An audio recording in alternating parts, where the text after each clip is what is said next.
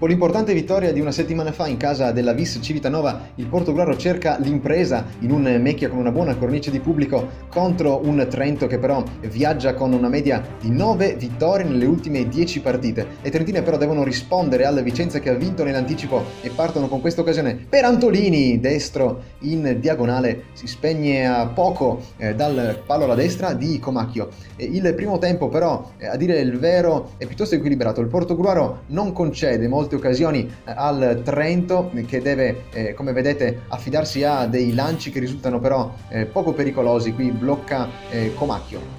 Vediamo qui Antolini che salta, Vittoria Gava, la sua conclusione, poi la palla termina sul fondo. Occasione Portogruaro al 25esimo, cross di Minutello, colpo di testa di Chiarot e Waldsolger toglie il pallone dall'angolo alla sua destra. Sarebbe stato gol senza questo ottimo intervento da parte dell'estrema del Trento. Rivediamo dalla camera retroporta stacco quasi perfetto di Chiarot, che ricorderete contro Riccione aveva segnato un gol regolare annullato però in quell'occasione dall'arbitro. Sul corner seguente, finotto dalla bandierina, e ancora Chiarot stacca in anticipo ma non trova la porta. Lancio in profondità per Rosa che arriva davanti a Comacchio, ma il tiro è debole, può bloccare l'estrema del Portogruaro. Rivediamo anche decisiva interferenza di Chiarot nell'azione.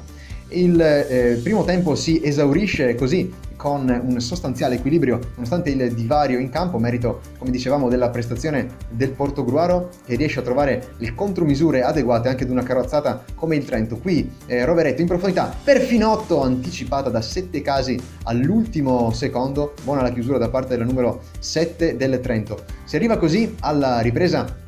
L'immagine di Gabriele Zoia, entra Anna Pucci Battaiotto, cross in mezzo, Vette Spollero nelle condizioni di calciare verso Waldsolger, quasi un rigore in movimento per Spollero che ci arriva in sforbiciata, blocca centralmente Waldsolger. Pochi secondi dopo l'asse si ripete, lancio di Spollero, stavolta per Battaiotto che controlla dal limite corto dell'area, pallonetto accecante per il gol dell'1-0 del Portogruaro che va in vantaggio così al settimo della ripresa. È la 10ª rete in campionato per Anna Pucci Battaiotto, che così va in doppia cifra e lo fa a modo suo con un gioiello come quello che aveva segnato, lo ricorderete, contro il Vicenza. Splendida azione personale, qui traiettoria diabolica che si spegne alle spalle di Waldsolger. Il pallone, come vedete, è assolutamente imprendibile, un gol da cineteca come si diceva una volta. La reazione del Trento in realtà non si concretizza con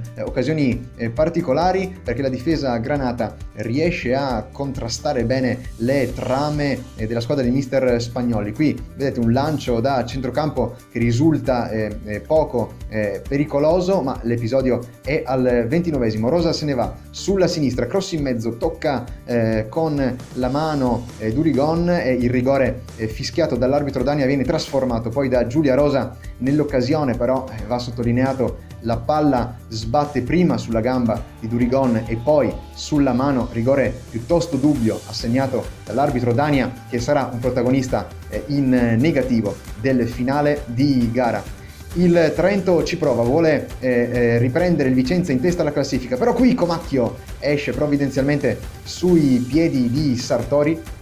Dunque partita che prosegue sull'1-1 con grande equilibrio, emerge la stanchezza da entrambe le parti e al 91esimo c'è un episodio spartiacque, calcio d'angolo di Minutello, messo in mezzo, colpo di testa di Chiarot e poi ribadito in rete ancora da Battaiotto. Sarebbe il gol del 2-1, ma annulla tutto Dania per un presunto fuorigioco che però non c'è in nessun modo, come il gol di Turone contro la Juventus. Questo è un caso che farà storia. Il Portogruaro viene defraudato di una vittoria già conquistata per colpa di una decisione arbitrale molto discutibile. Finisce dunque con un 1-1 che per il Portogruaro è un punto di grande orgoglio, ma avrebbe meritato la vittoria. Un saluto da De Gasparotto.